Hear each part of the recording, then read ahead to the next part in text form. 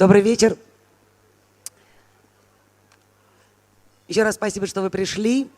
Наша сегодня встреча довольно неожиданная по ряду причин. В гостях у журнала «Интервью» знаменитый фотограф, очень близкий друг основателя журнала «Интервью» Энди Уорхола, Кристофер Макос. Он перед вами. Yay!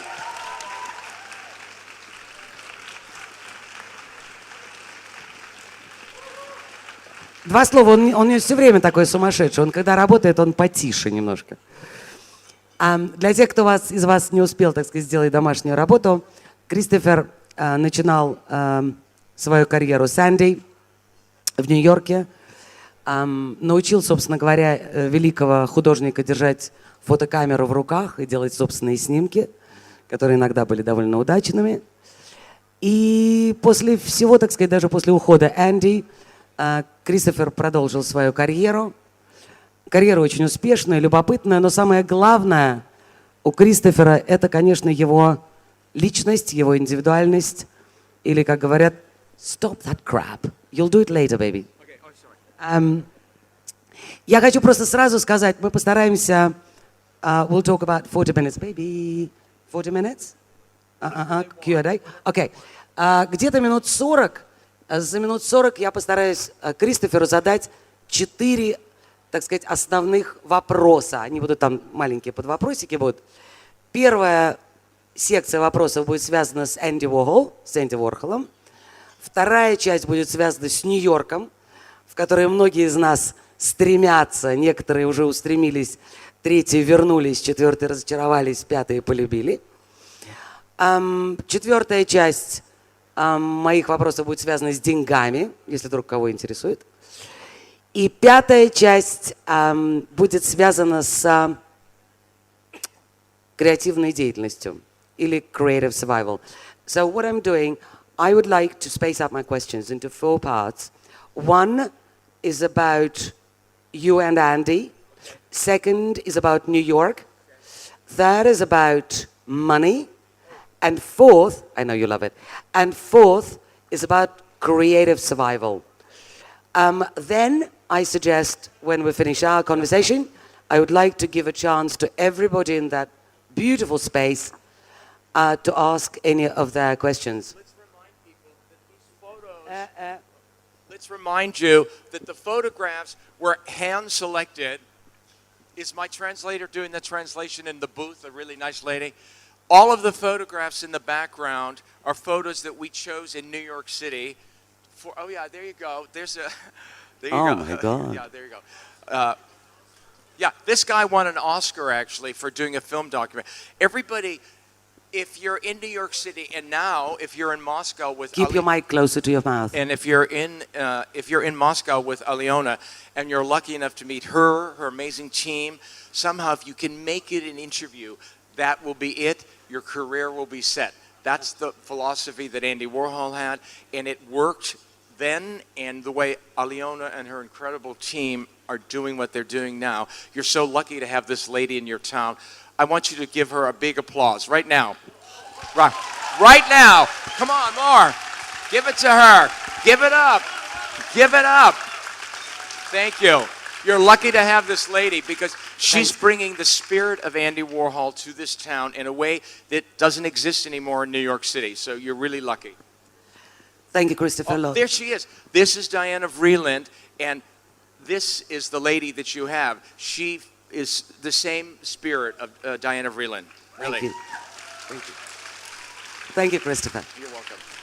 Do you want to sit down or want to stand? Okay. Whatever. Okay, here we go. I want to ask you, how on earth did you meet Andy Warhol? How was that? How did he look? How did you look? And why on earth did you want to meet him or you didn't want to meet him? It was an accident. I had no clue about meeting Andy Warhol. I came to New York City, this sort of dumb blonde, this really dumb blonde, cute kid from California. And when you're a cute boy that's blonde, blue eyes, New York City just completely opened up for you. It was like, same if you're a pretty girl, it's the same thing. You know, don't let anybody fool you. Blondes do have more fun. Все перекрашиваемся в блондинок быстро. So, at that time in New York City, it was a really creative moment, and the arts were flourishing very much. And at the time, I was hanging around with writers and actors and playwrights. And so one of my friends who's a writer, Dotson Rader, he said, "Do you want to come to this opening at the Whitney?" And it just so happened to be an opening of Andy Warhol's retrospective at the time. And the God's honest truth, I thought Andy was shot and was dead, so I was surprised to see Andy Warhol. And Andy immediately asked me to come to the factory and hang out at Max's Kansas City, which had no appeal to me whatsoever. I had just spent my teenage years growing up in Southern California, and the idea of going to a nightclub with drug addicts and, I don't know, it just didn't appeal to me, and I did not follow up on Andy Warhol's invitation because it just didn't interest me at all. Can I just stop you? You said everyone was taking drugs? Yes, they were all. Yeah. Did you? No, I had come from California. I was smoking pot. You know, they were taking coke. Oh, smoking pot is not taking drugs in America, right? No, it's like the way you smoke cigarettes here in Moscow. Oh, cool. Carry on. Okay, so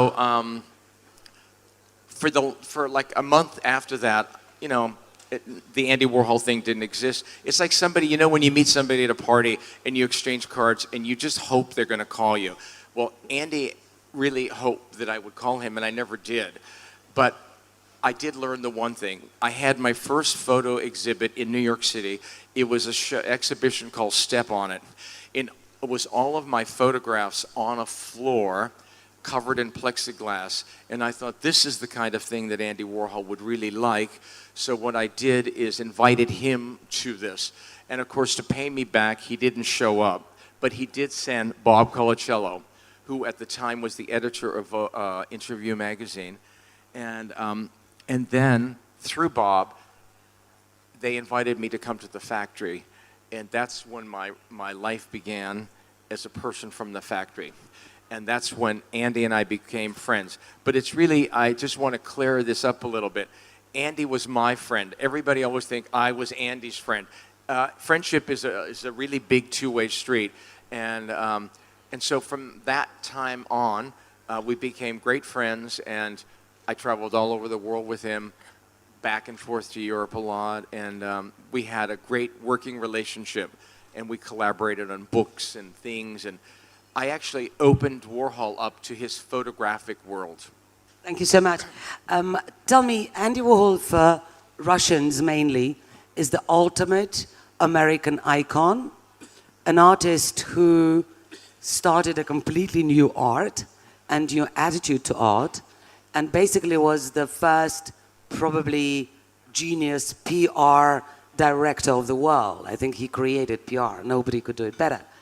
However, you were lucky enough to know him personally. Can you give me kind of two of his best and most lovable character traits, personal, and maybe two character traits that you hated or that you found disgusting at that moment? Oh my God, what a question. That is a two-part question, and could you repeat the first part? The first part of the question? Give me the first two character traits that you loved in Andy Warhol as a man, as a human being, not as an artist. Yeah, well, the two traits are his sense of generosity and his sense of discovery. Those are amazing. Andy... Sorry, I didn't get it. Sense of generosity and? Discovery. Discovery. He loved... As in curiosity. Right. He was a very curious person. And for me, and he was smart, too. And smart and curious really are two important values for you to be my friend. And when I realized that he had these traits, it's a language that we spoke together. And I guess the two traits that that didn't quite appreciate. That I maybe. didn't quite appreciate was that he never understood about taking a break. He was nonstop working. He was such a prolific artist.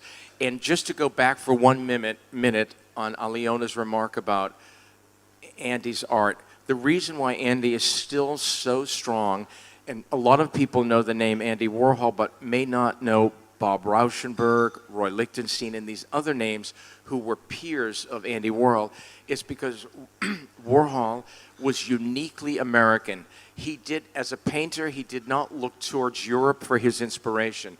If you look at any of his work, Marilyn Monroe, uniquely American. Elvis Presley, uniquely American. Campbell's soup. Campbell's Soup Can, uniquely American. So this is why his sense of longevity is like he's about as American as you can get. Thank you so much.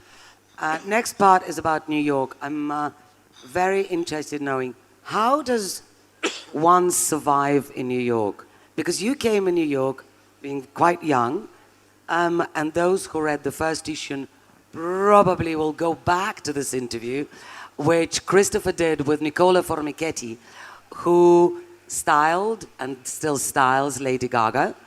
And Nicola and Christopher did a fantastic interview between the two of them in the first issue. I do advise you to read that interview. It's hilarious and quite open and honest, and thank you for that. Oh, you're welcome. But I still want you to tell this fantastic, young, ambitious, clever, smart, talented audience, what exactly does one need to come into New York, survive, maybe get to love it, and win? To come to New York City, you just have to be completely open, have no prejudices. New York City is one of these towns that there are no cultural or social barriers. There's no caste system. There is no class system. New York is very open to new ideas. And so if you, even just generally speaking, America is a nation of inventors and creators. I mean, if you just look at the popular music scene, all over the world, American music dominates the music scene. And the same way with movies, we pretty much dominate that world. Movies, yes. Music, I'm not sure, but my music editor will probably kill me after that. But I don't think American music dominates the world at all. Sorry to disagree. Well, okay. Where do I go from that? What? No, but what I have found interesting in your biography, you were quite brave to start on a very basic level. Thank you for the word. Yeah. Basic, tough, not at all prime, deluxe, rich. No. Bathing No. in expensive baths and beautiful clothes. No. The thing is, the point here is just be yourself. And as the Nike people say, just do it. So if you are just yourself and you're not afraid to do it, the world opens up for you in New York. Because what New Yorkers respect is your sense of well-being and who you are. Once you find yourself and you know who you are, New Yorkers really respond to that. They love a person that has a great sense of personal style. If you're a copycat or a wannabe, it's not gonna happen. You'll just be part of the crowd. But in New York, if you kind of understand who you are, I can tell you right now, if it takes another man or another woman to fulfill you and to make you feel whole, it's not gonna happen. You have to be whole without anybody else. And once you are whole, then you can do anything in New York City. That's a tough recommendation. But thank you so much. Christopher, how much money do you think one should earn to be reasonably happy in New York? You know, that's a really interesting question. The rents are so high. So all the young people have moved to Williamsburg. Welcome to Moscow. I think they're more expensive in Moscow than in New I'm York sure. But at all the moment. But do you have a Williamsburg here? Williamsburg, and there's an area in Brooklyn where all the young kids go, and maybe 4 people live in a small apartment. But as far as eating in New York City is about snacks. The best pizza, the best hot dog, it's about snacks. No. But there's healthy snacks too, and you can live if you know how to get around Manhattan. You can. I mean, if you go to all the cocktail parties, the lineup for the free drinks here was enormous. So if you know how to find a free drink, I'm sure the group back there can find a free meal, and that's the same thing in New York City. I always heard in Yeah, Russia. find it. Thank There you you so go. much. Yeah. Woo. Yeah. There is a beautiful word in Russian called халява. That's what you're talking so beautiful in Oh, English. cool. Getting free stuff for no reason. How important money is in New York? Really? Well, you know what? Money is really important everywhere, but it's how you view money and how you think you need it. Money is a very important thing anywhere. I mean, the richer you are, the freer you are. But in some ways, I have a lot of friends that have a lot of money, and they're not very free because they're trapped by their possessions that they own. They're trapped by the idea of who they are and what brought them to that place with all the money. So you can survive really well. Recently, I met a French musician in New York City who was didn't have any money, didn't have anything, visiting from France, but he was so interesting, and he played music, and everywhere he went, people wanted to be around him. So my suggestion to you is, make yourself so that people want to be around you, and you won't ever really have to worry about money, because people will say, you can stay in my house, let me give you a beautiful meal, just play music for me. I mean, I told a friend of mine, this lady friend, they own lots of real estate, they have ranches out west, and I said, Christy, invite Arthur, is that his name? Yeah. I said, invite Arthur to your house and just have him there playing music. So, you know, looking at this crowd here, well, I see a lot of clothing and product and perfume. So you all have a little money somehow, right? This crowd has money. Yeah. Some. Yeah. Some. It's But fine. you're smart enough to get yourself to this event where you can get a free drink, right? There you go. Well, some of them are going to pay because we'll have a bracelet worth one cocktail, but then you'll have to pay. You don't have any, you don't drink anyway, so it's not important for you. Christopher, do you consider yourself a wealthy person? I am so wealthy with experience and the friendships that I've had. The people. I'm wealthy because I know you. I'm wealthy because I have friends like Paul Soberg. I'm wealthy because I just today met Martin Starlight. I'm wealthy because I have friends, all of your team. I am wealthy with the riches of friendship and the people around me. Money, I always tell people, do the things that you love. People will notice what you're doing, and money will come that way. Don't pursue money ever. Thank you so much. And most people around here are in this or that way are creative people. Either they're, sorry, I had to put my sunglasses because the lights go right into the eyes. I do apologize. Most of these people are involved in this or that way in creative jobs. They either do magazines, or they write for them, or they shoot movies, or they find photography, or they do creative PR. Most of these people are in a creative lab of Moscow.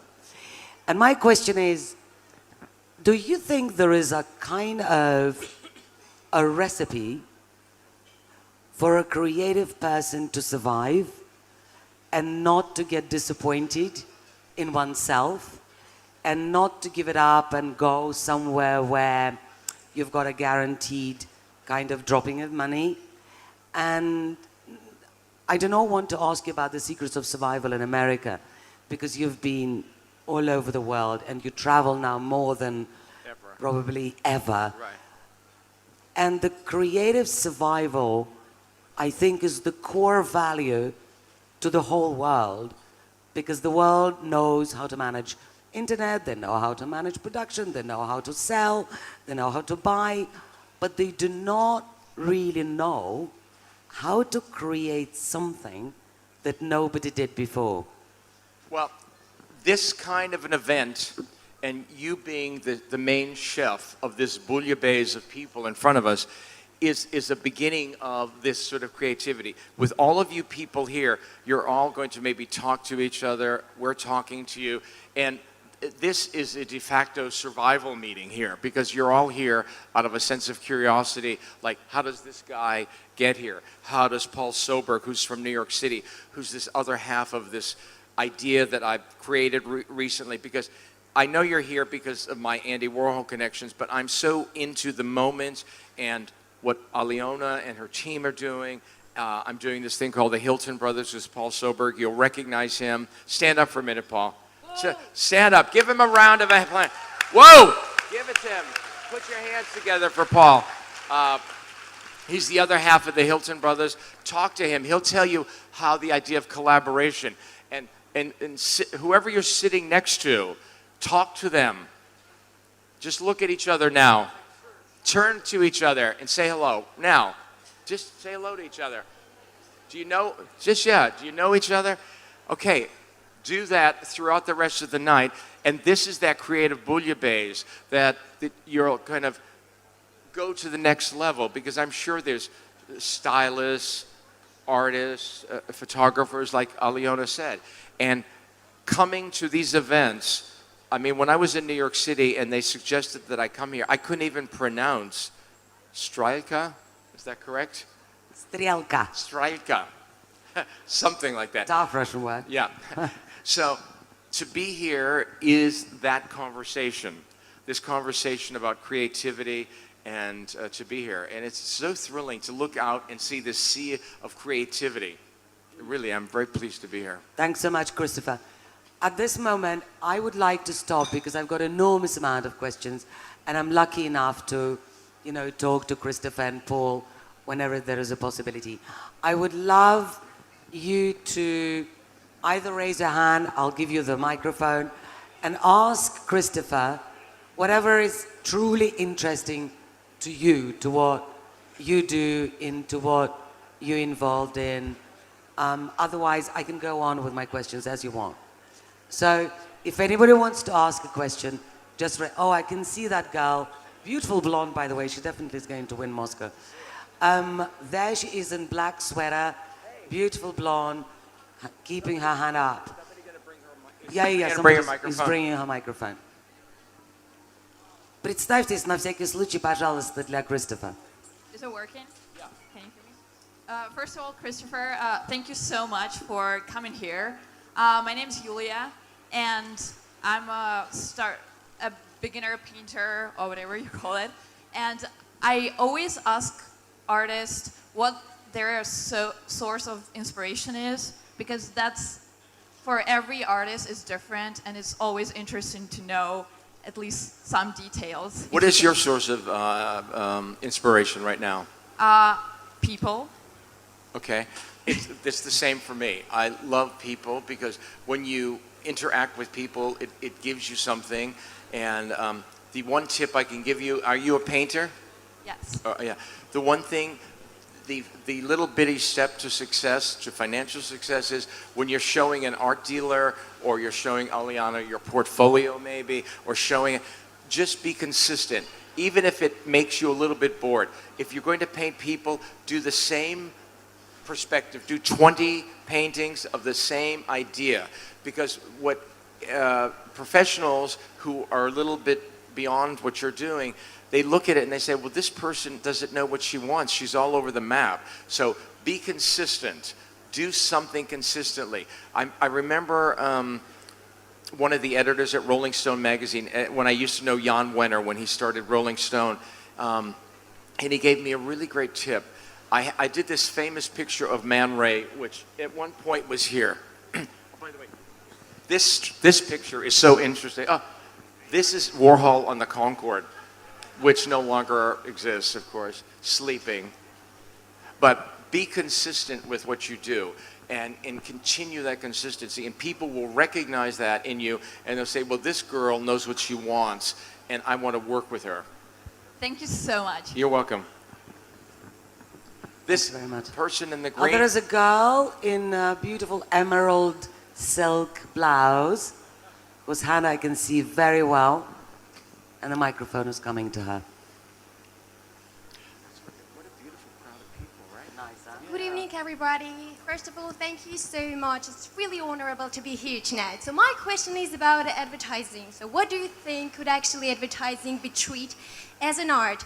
Because a lot of people think that advertisement is just something used to cut through clutter and take a particular niche and finally unleash a pour. What do you think could advertisement be a piece of art?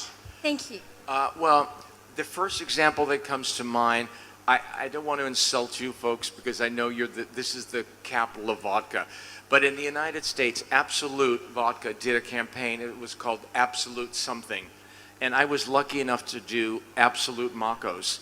And so this area, this company, an advertising company, came to the liquor company, Absolute. They came up with this concept of involving artists.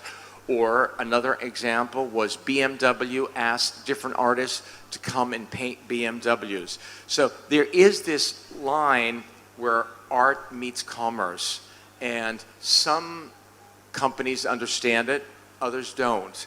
I don't know if you have that idea yet in ad agencies. Maybe somebody will approach Aliona soon and say, why don't we do something like that? Work with some of your local artists and create something. Does that happen here? It is happening, but I quite like this question. I'm sorry I didn't hear your name. My name is Mariam. Maria. I really like the question also because I wanted to ask Christopher a slightly more specific question.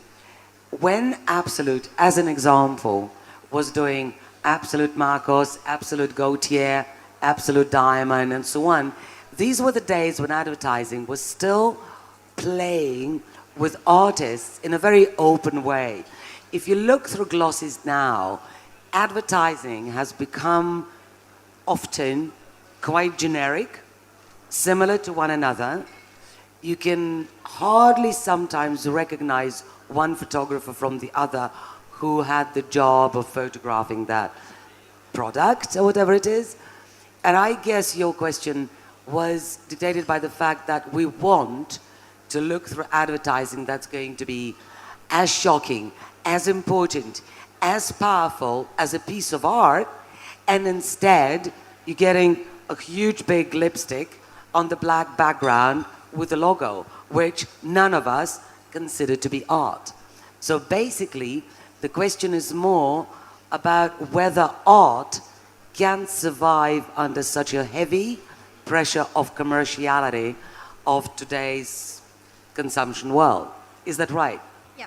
Thank you. Yeah, I think it can survive and can happen, especially in new cultures that are accepting magazines like Interview. I think if anything like this can happen, it will happen here in Moscow with people like Aliona and her team and Interview, because a clever advertiser will see they're doing something that nobody else is doing in this marketplace.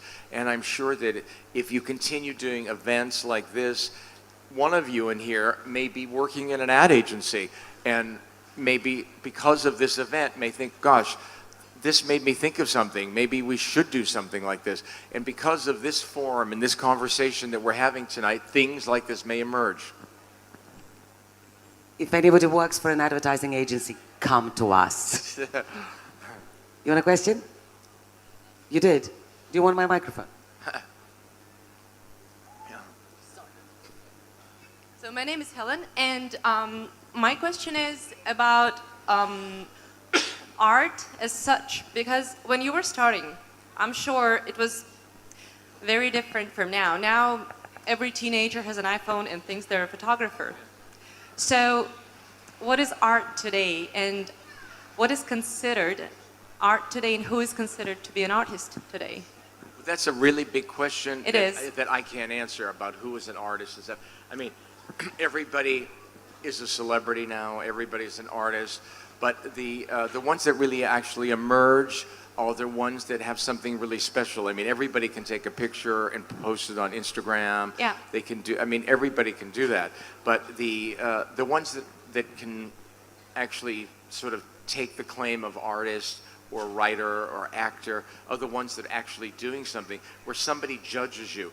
You need to be judged in some sort of way to achieve the status of artist, writer.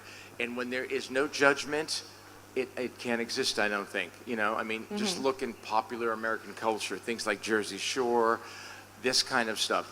There is, no one is judging it. And the same thing with bloggers.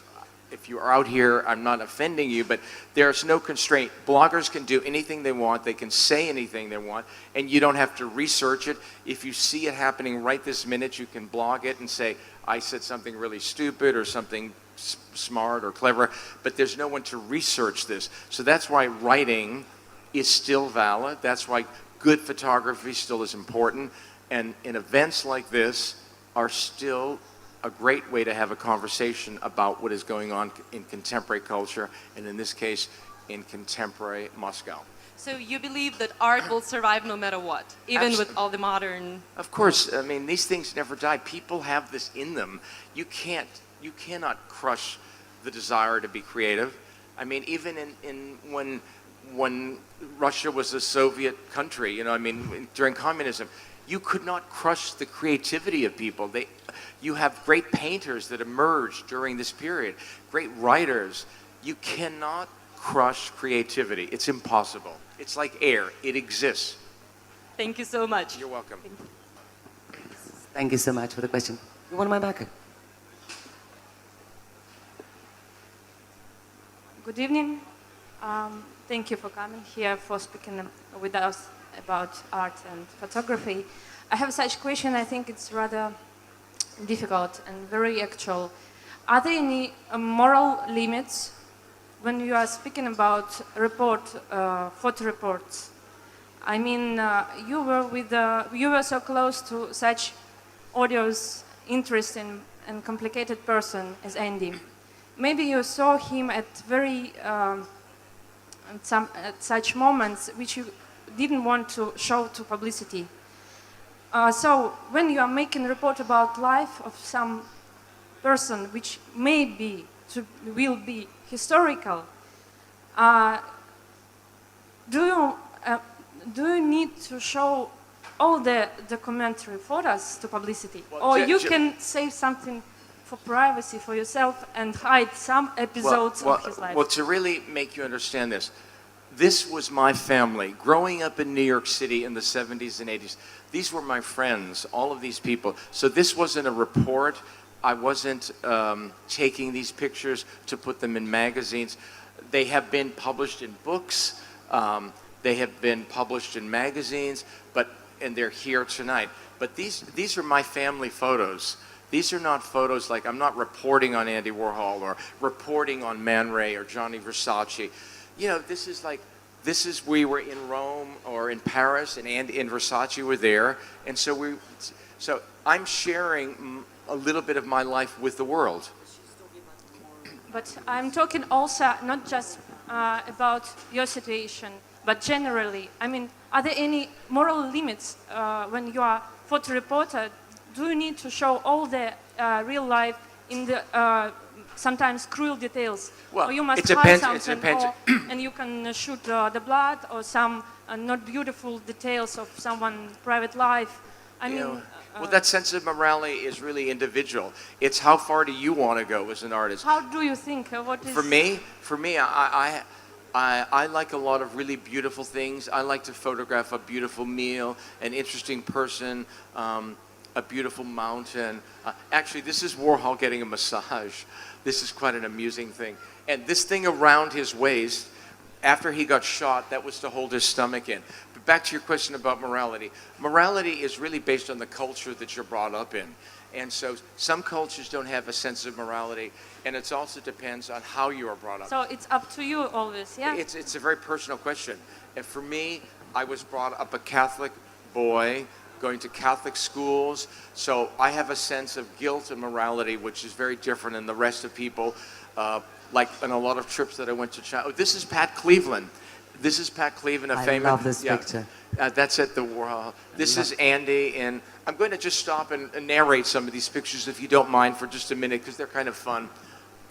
This was in Madrid, holding, painting an American flag. In Madrid? In Madrid. Why did Andy put the American flag around him? What did Just you it was do? something to do. Oh, okay. This is Andy at Regine's in Paris, and we were just goofing off and playing with him. This is that guy from Los Angeles, Paul, on the right. You recognize him? This is a famous decorator now in Los Angeles. What? This is Warhol in Madrid during he did a series of gun and knife paintings, and this is in one of his really super big paintings. Obviously it was in the winter because he's wearing a heavy jacket. Can I interrupt you for a minute?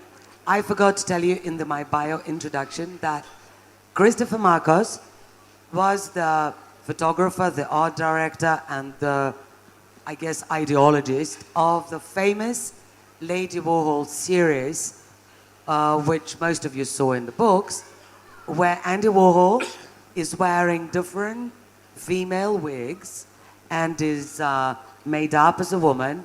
And every time I looked at it, there was a contrast between kind of intense, I wouldn't call it misery, but kind of tense worry in Andy's eyes, and yet the rest, the wig, the makeup, the jewelry was fantastic. My question is, why on earth did you decide to do it? Well, it was this notion of collaboration, which I was touching on when I asked you all to look at each other and say hello. You know, you're all collaborators here. I'm sure one of you has worked on a photo shoot where you did the makeup. One of you did the hair. One of you talked in an ad agency. We're all collaborators here. We work on things together. And this series that Alena's talking about is called Altered Image, altering someone's image.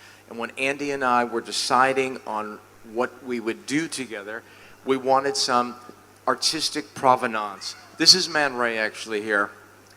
Can you believe it? I've been around long enough to do this, to photograph Man Ray. But he's one of my favorite inspirations. And when we were looking for this historical context, we went back to 1921.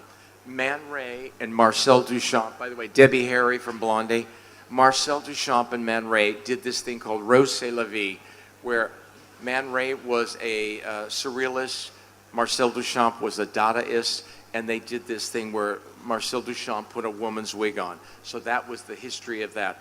And throughout my career, I have loved collaborating. I worked on a couple of book projects with Calvin Klein. We collaborated together. I've worked with Malcolm Forbes on a couple of photo projects. We worked together.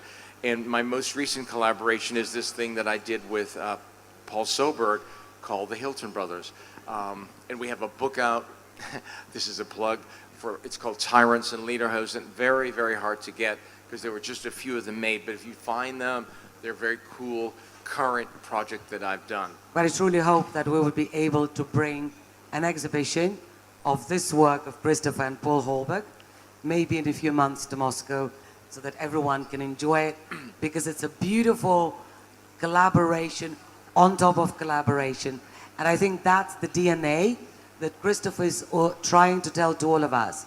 The more we collaborate now, the more we do stuff together, the better result we get. Oh, absolutely. It's so important for all of you to meet each other tonight, to say hello. I mean, here, a New Yorker is here talking to you about what was going on in New York, and this thing is still going on in New York. It has changed, and it keeps changing, and thank God it keeps changing. But this idea of change and collaboration and creativity, can you imagine? It's come all the way across Europe, all the way across here, and it's now here in Russia because of a lady like Alena who gets what's going on, and she comes to New York, and we see her in New York, and she brings this back to you. So you're so lucky to have this conversation with the magazine. I mean, get it every month, look at it, see what's going on, because it's not just, this lovely lady in pink. Adorable. Thank you very much. Looks beautiful on you, thank you. Thank you. It's wonderful to hear that from you. And thank you for coming here. It's a great event and that you organized, Alena. Thank you. And I would like to ask you, we know that Andy Warhol was kind of from Slavic countries. His name was Andrei Varhula, yes? And Andrew Warhol with an A at the end, yes. And he was kind of very innovative, creative person who first created media art with the first man who made reality shows with Andy Sedgwick and so on. Yeah. And how did you feel that he was kind of with that background, with that Slavic, and where was he able to speak some languages from? As you probably know if you look at films, Andy barely spoke at all. He barely His own native language. That's so true. Yeah. He hated speaking. I mean, public conversations with Andy Warhol were, gee, oh, okay, all right, okay. That was the But kind he of conversation. did a lot. What? He did a lot. I mean, in art. Oh yeah, Without speaking. His conversation was his work. I mean, often I will tell people that my conversation is through my work. This is a special thing outside of who I am as a photographer. But usually I like to speak through my photos. And Warhol spoke through his paintings. Dорогие, we've got about 7 minutes left on stage. So whoever wants to ask questions, this is your chance. Last 7 minutes, and then we go on And partying can or I whatever. ask one? There is a question over there. The gentleman in beautiful sunglasses and a hat. Can anybody? Yeah, this is the first guy question. It's like there's no... Yeah, More guys, please. we need a guy question. We need a guy question. Andre? Раз. More guy, wow. Immediately so many Здравствуйте. guys. Здрасте. Дорогая Алена Станиславовна, я не переведу этого никогда на английский, поэтому, если можно, по-русски. I'm going to translate it to you into English. Apologizes. Carry on. Кристофер долгое время работал... Меня зовут Денис. My name Кристофер is долгое время работал с одним из художников, которые определили то, как выглядит мир сейчас. Много людей было, которые определили мир, которые определили, как выглядит мир сейчас, но в принципе вот как бы меня интересует следующее. Буквально вот в 2 словах, что нас ждет? Попрогнозируйте, расскажите про будущее. Ведь Уорхол очень много предсказал, скажем так. Он падам-падам. My name is Dennis, and I want to ask you, Christopher, the following question: that you've been lucky to work with a man who basically determined the way the world looks now. He determined and predicted a lot of trends, a lot of looks, the way art, society, and all the rest look like. Can you yourself play with a bit more prediction? Do you or can you follow your friend and teacher in certain ways, or partner in best way? Can you predict anything that you feel might happen in future yourself? Moscow's going to be it already is really an important capital in the world, but it's going to be even more of an important capital in the world because you've got Alyona and Interview Magazine here. And these guys are the future, honestly. I mean, to see what they're doing, she's the future. The interview people are the future. The advertisers that believe in what they're doing are the futures. I mean, this is what Andy believed too. I mean, Andy founded Interview Magazine, and this is a common idea with creative people. Andy wanted to go to movies all the time, and he couldn't find a way to go to movies. And he thought, well, if I start a magazine about movies, they'll invite me to go to the screenings. And so he started Interview Magazine, and of course he got invited to the movies. It's the same conversation that I had in the premiere issue with Nicola Formenti. Nicola told me that he was a stylist and he was always never getting invited to the fashion shows. And so what he did, he decided to play with fashion more and become a real stylist. And now, of course, he's sitting in the front rows of fashion shows. So whatever your dream is, figure that dream out, and then it can happen. It will happen, especially in this town, because you're really moving at a very fast pace. I mean, wake up here in the morning, and before you know it, it's 9:30 or 10 o'clock. I don't know where the days go, but it just goes quickly. And even with all the traffic, it still goes fast. Traffic is appalling, thank you. There was another man. I'm sorry to be a sexist, but First of all, I want to say thank you for that great event, and thank you for your coming to Moscow. Honestly, I have two questions. And first question about what do you think about Banksy and Banksy's work? And second part of the question, what do you think about that Andy's or about that situation when Banksy's work costs more than Andy Warhol's works? Well, I mean, we're talking about, Banksy, I mean, he's sort of like the ultimate hidden artist. I mean, Banksy very much follows in the footsteps of the grandfather of this kind of work, which is Keith Haring. You know, somebody that can take a little image of a baby or take an image of something and put it on a wall or on the floor or something, or in a subway. I mean, there is a historical context of everything, and that's, for me, Banksy, because I mean, no one knows, never sees him at all. And the idea of commerce meeting art, this has nothing to do with Banksy or Andy Warhol. This has to do with art dealers and people who are in the business of making money from art. Sure, we all need to make a living, whether it's being an editor of a magazine or a photographer. What do you do for a living? What? What? Oh, an auction house. So you're the root of all evil. You are the one. You're the one that's causing all the bullshit going on in the world. Exactly. You know, you're the one. Hey, he's the come one on, to blame. Kick this guy out of here. Exactly. You're asking a question about something that you're creating yourself. But I don't believe that Banksy is getting more money than Andy Warhol. I don't believe it either. He is? Yes. What was the top sales of Banksy recently? I know that now in London it's gonna be something about hundreds of dollars. Boy, hundreds of dollars? Hundreds? 100 millions? Only 100. 100. 111, something about that. $111 million? No, thousands. Oh, well, that's 100,000. That's nothing. But the last sale of Andy Warhol's picture was 69 million US. Yes, but... So it's not comparable at all to the way Banksy is sold now.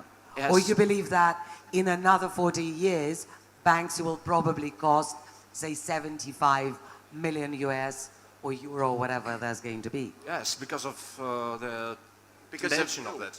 Because of you. Because of you, Maybe. actually. Yeah. Who So, knows? or the guys who work for Philips Dupuy in this case. If they put that price, they will sell it.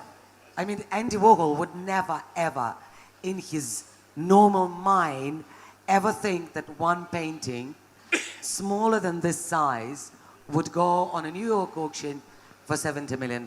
Never. So it's all up to auction houses. Next, thank you so much, though. Thank you. That guy back there in the white shirt, go ahead. White shirt or red shirt? White shirt. Thank you, first of all, for coming here. My name is Gregory. I'm a beginning artist. I'm a painter. Yeah. And I would like to ask one question. First of all, I have several doubts. I'm working here in Moscow. I have a stability, a good salary, and the jobs. But I would like to get more experience and education in New York. And New York for me is like a big black hole. I mean, I don't know nothing. I don't have any contacts. You don't have to know anything. Just wear tighter T-shirts, smaller T-shirts, and show your muscles, and it's going to work much easier for you. Trust me. Just I just wanted His to ask T-shirt you. is tight enough, darling. yeah. Look All at this. all you have to do is hold the paintings in front of you, and then move the paintings, and I'm sure your paintings will start to sell. Thank you so much, Christopher. But can you give some rules? I mean, several steps. When you look like you don't need rules. I'm telling you, in New York City, that's the way it is. Just wear smaller thank you. T-shirts. Any other questions, guys? I like that girl who's trying very hard and Oh, all the way in the the back. blonde, all Oh, yeah, the way in the yeah. back, Whoa, give in it an to her. off-white Give her a mic. shirt. Give her a mic back there. Give her the mic. She's right in the back. Hey. Okay. I'm at the But further we'll give one. it. Yeah, we'll give it to you in a minute in the back. No. Go ahead. No, go ahead. Yeah. Do I go? Yeah? Yes, Okay. go.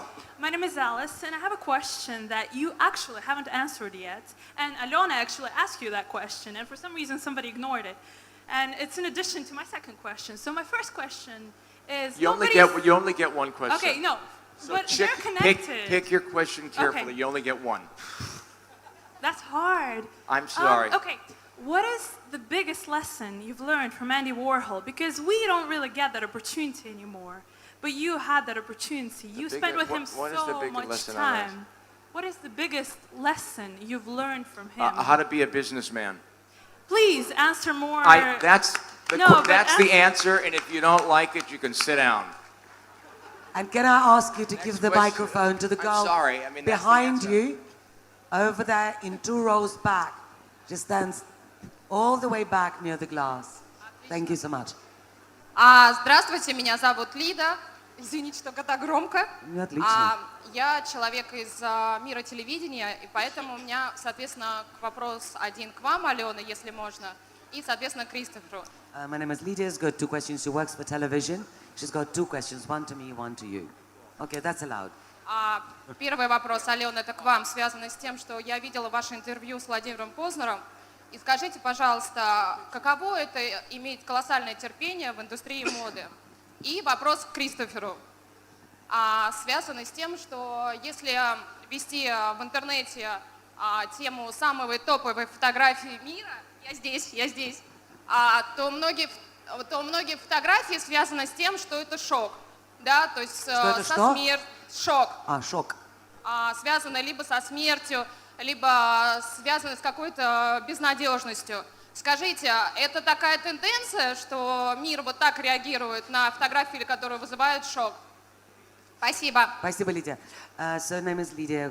The question to me was, how patient should be a person who works for fashion industry? And that was a question to me. And the question to you is that recently, especially with the help of internet, the photographs that get top rating on internet are in this or that way connected with a shock. They shock you, and that's how they get to the top priority. Why do you think it's happened so? And well, that's really nothing new. I mean, the shock is always working. I mean, look at what Lady Gaga does. Look at what Andy Warhol did with his movies. He did these very shocking movies, the first time of naked people in his movies. I mean, the idea of shocking people is not something new. It worked in the days before the internet, it works during the internet, and it'll work afterwards. And you know, I don't want you people to get too bored because, you know, there's going to be a really cool party here. There's going to be cool music. And I want to get down and party with the rest of you, as I'm sure that Alyona and I do. So, absolutely. Yeah. I will quickly answer Lydia her question. Про терпение в модной индустрии. Поверьте, модная индустрия и терпение никаким образом не противоречат друг другу. Терпение нужно иметь, чтобы сопротивляться глупости и лени. А мода, у нее все хорошо. Она никуда не денется. И я последую... Спасибо. И я хочу просто вас поблагодарить. Кристофер хочет, так сказать, закончить сейчас сессию. Сейчас пойдет музыка. Мы все можем гулять, общаться, выпивать и общаться друг с другом, как завещал нам великий Макос. Thank you so much, folks.